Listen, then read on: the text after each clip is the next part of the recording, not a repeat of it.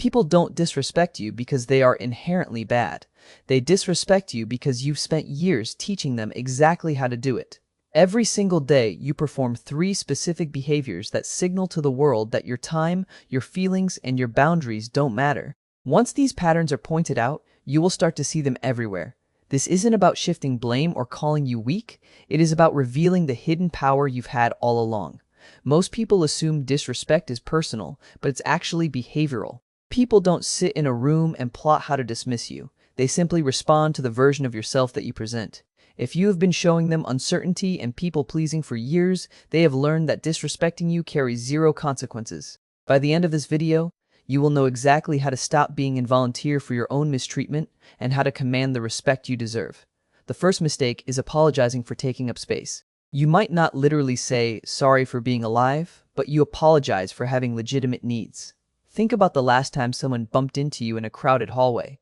Did you instinctively say sorry, even though they hit you? When you have a question in a meeting, do you start with, "Sorry, this might be dumb, but..." Every time you do this, you send a clear message: "I am not sure I deserve to be here." People will always believe you. Imagine being at a restaurant where your order is wrong.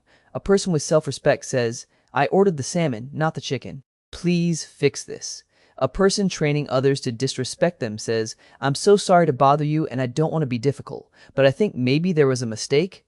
The first person gets respect. The second person gets pity or annoyance. Why? Because confidence is magnetic, while uncertainty is repellent.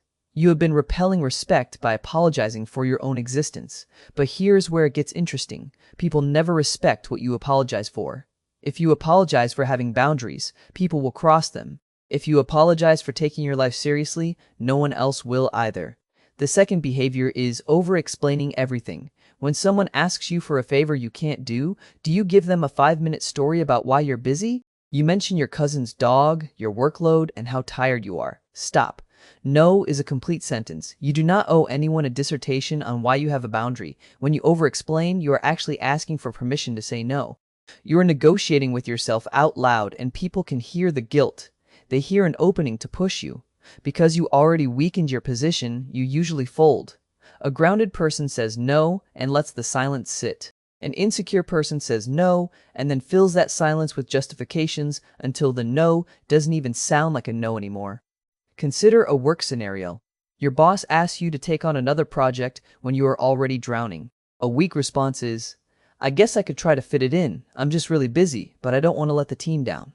A strong response is, "I am at capacity. If this is a priority, let me know which current project I should deprioritize to make room for it." One person absorbs the problem, the other creates a boundary with a solution. Only one of these people gets promoted. The third mistake is inconsistency. One day you stand up for yourself, and the next day you let the same behavior slide.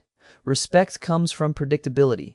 When people know exactly where you stand, they stop testing the ground. When they don't know which version of you they are going to get, they default to the easiest version, the one that doesn't push back. Think about a friend who constantly cancels plans last minute. The first time, you say it's fine. The second time, you say no worries. The third time, you finally snap and tell them they are being disrespectful. Now, you look like the bad guy because you were fine with it twice before. You taught them the behavior was acceptable, then got mad when they believed you. Consistency isn't about being rigid. It's about being reliable. If something bothers you the first time, it should bother you the third time. Pick a standard and stay there. Stay until the end. Because the last point about how you talk to yourself is the most important shift you will ever make. But first, let's look at an uncomfortable truth. Your friends might not be toxic. You might just be too available. People often complain that their friends only reach out when they need something. But look at the last 3 times they called. Did you drop everything to help? If you did, you trained them that reaching out to you equals getting a service. You think your value is in what you do for people, not who you are. People will use you as much as you let them, not because they are evil, but because you are volunteering. People respect what you protect. If you protect your time, they will respect it. If you give it away freely, they will take it freely. Now, look at how you handle compliments. When someone tells you that you did a great job, do you say, "Oh, I just got lucky," or "It was nothing"? You think you are being humble, but you are actually being weak. Humility is knowing your worth without needing to broadcast it. Self-dismissal is not knowing your worth and hoping no one notices. If you constantly downplay your wins, people will believe you. If you tell them you don't deserve credit, they will stop giving it to you. Self-dismissal is contagious. If you do it first, everyone else will join in. This leads to a pattern of seeking validation before you act. You want to start a new business or a new hobby, but you ask 10 people for their opinion first. If one person is lukewarm, you quit. You are outsourcing your confidence. You are giving others the power to define your potential. Most people aren't trying to limit you on purpose. They are just comfortable with you staying the same because your growth reminds them of their own stagnation. Permission seeking always gets dismissed. If you're finding this valuable, hit subscribe. Most viewers aren't subscribed yet. Let's discuss a moment that happens to everyone, being interrupted. Imagine you are telling a story and someone talks right over you. Most people just stop talking and wait. They act like their voice doesn't matter, and in doing so, they teach the room that it doesn't. Respect isn't something you demand through shouting, it's something you command through behavior. If someone interrupts you, don't get angry. Just pause, let them finish, and then immediately finish your sentence. No attitude, no aggression, just continuation. When you expect to be heard, people start listening. Tolerance is often mistaken for a virtue, but tolerance without boundaries is just self-abandonment. You tolerate lateness, interruptions, and being the backup plan because you want to be understanding. But you are actually teaching people that your standards are optional. This is very common in venting friendships. You have a friend who calls for hours to complain about their life but never asks about yours. You are acting as an unpaid therapist. If you want to change this, you don't need to make a scene. You just need to match their energy. When they reach out to vent, you are busy. When they reach out to actually connect, you are available. Boundaries are not mean. Silence is often much louder than a confrontation. In the workplace, disrespect is usually subtle. Your idea gets ignored. Then someone else says the exact same thing 10 minutes later and gets a round of applause. Don't laugh it off. Calmly say, I appreciate you building on the idea I mentioned earlier. It isn't petty, it is factual. You cannot respect others into respecting you. You can't be so pleasant that they have no choice but to value you. Respect is a baseline you establish, not a reward for good behavior. This applies to money too. If you lend someone money and they don't pay you back, but you see them buying new shoes on social media, don't stew in silence. Asking for your money back isn't awkward.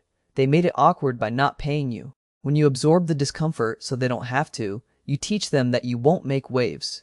A person with self-respect sends a direct message, hey, when can you get that money back to me? No apology needed.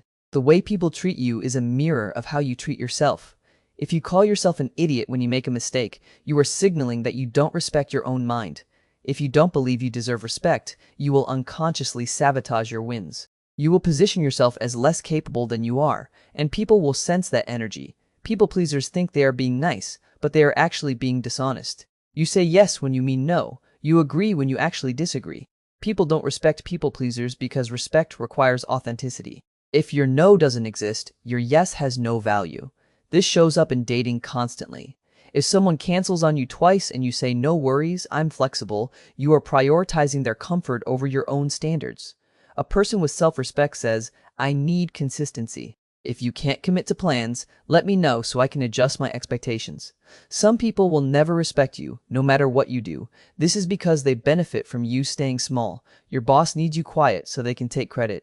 Your friend needs you to be the listener so they can be the star.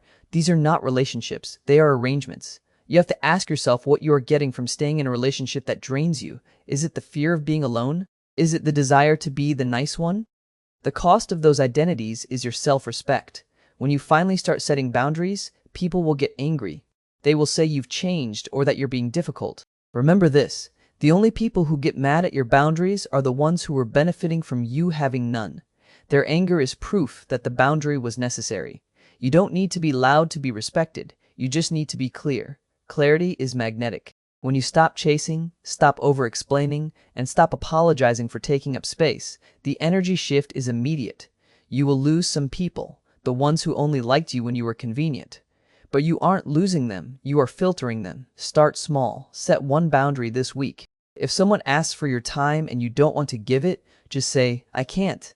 If someone interrupts you, wait and then finish your thought. One boundary held firmly and calmly will change your life. You don't need permission to be taken seriously. You just need to stop showing up the old way. Drop a comment telling me which of these patterns you've noticed in your own life. And subscribe if you haven't. I post new videos every week.